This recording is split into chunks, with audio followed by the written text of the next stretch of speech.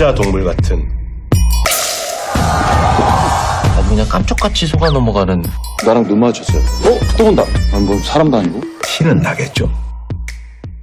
2020년 1월 15일 개봉하면서 개봉 2주차 누적 관객수 112만 명을 불러모은 영화 해치지 않아는 테스라는 생계형 수습 변호사에게 찾아온 일생일대의 기회. 위기의 동물원 동산파크를 구해야만 하는 미션 아닌 미션을 해야만 하는데요. 동산파크의 새 원장이 된 태수는 손님은커녕 동물조차 없는 동물원을 살리기 위해 직원들에게 동물로 위장 근무를 하자는 기상천외한 제안을 하게 됩니다. 다들 이게 정말 가능하다고 생각해요?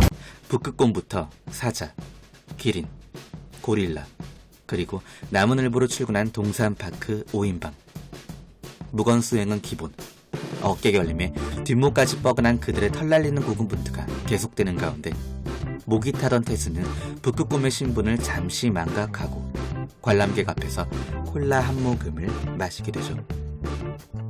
그 모습을 목격한 관람객이 SNS에 동영상을 올리게 되면서 파리 한 마리 없던 동산파크는 순식간에 문전성시를 이루게 됩니다.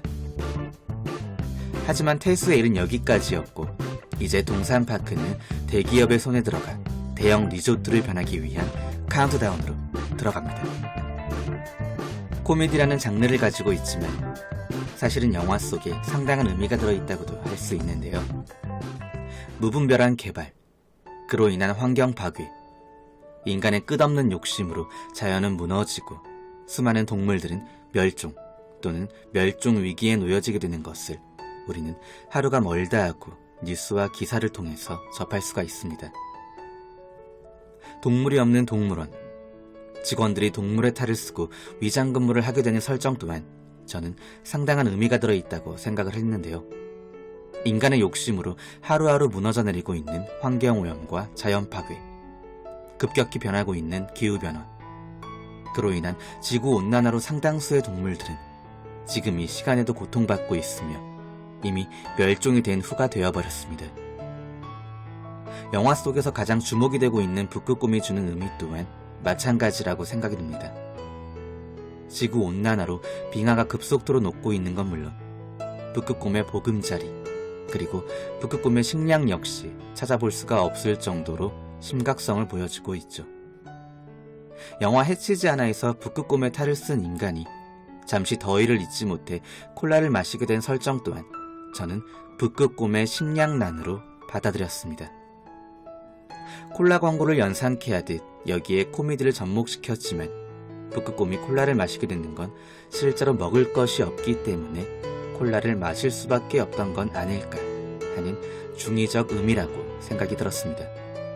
북극곰부터 사자, 기린, 나무늘보 등의 털을 뒤집어 쓴 동물원 직원들의 고군분투를 코미디로 담아낸 영화이지만 여기에도 역시 중의적 의미가 담겨져 있다고 생각이 들었습니다.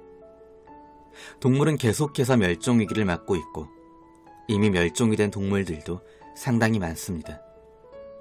머지않아 우리는 영화 해치지 않아의 설정처럼 동물들을 접할 수가 없어질 것이고 인간이 동물의 탈을 쓰고 동물원을 운영하게 될지도 모른다는 심각성과 경각심을 함께 나타내고 있는 건 아닐까 생각이 들기도 합니다.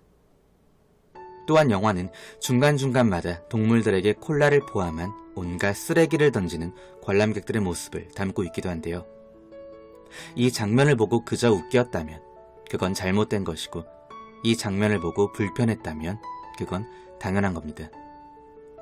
웃기기 위해 만들어진 장면이겠지만 개인적으로 너무 불편하기도 했었는데 그래서 저는 그 장면이 상당히 좋았습니다. 계속해서 불편함을 느끼기 위해 만들어진 장면이었기 때문이죠. 영화 해치지 않아 중 동물원의 부지로 대형 리조트를 만들기 위해 힘껏 밀어붙이는 대기업의 마지막 행동은 영화가 전하고자 하는 의미의 활용점점을 찍습니다. 영화에서는 물론 탐욕의 눈이 먼 대기업을 보여주었지만 영화는 이러한 대기업의 선택을 비난하지 않습니다. 마지막 대기업의 선택으로 동산파크는 리조트 중간에 그대로 자리하게 되면서 결말을 맞이하는데 이건 파괴가 아닌 인간과 자연의 공존을, 더불어 인간과 동물의 공존을 의미하면서 결말을 맞이하기 때문에 이 점 또한 상당히 마음에 들었던 것 같습니다. 왜냐하면 한 사람 한 사람의 행동보다 대기업이 보여주는 한 번의 행동이 더 값진 건 물론이고 전달되는 것들 또한 훨씬 더 의미가 크기 때문입니다. 환경보호와 자연보호, 더불어 동물보호는 영화 속 그들의 선택처럼 대기업이 먼저 행동으로 보여줘야 한다고 생각합니다.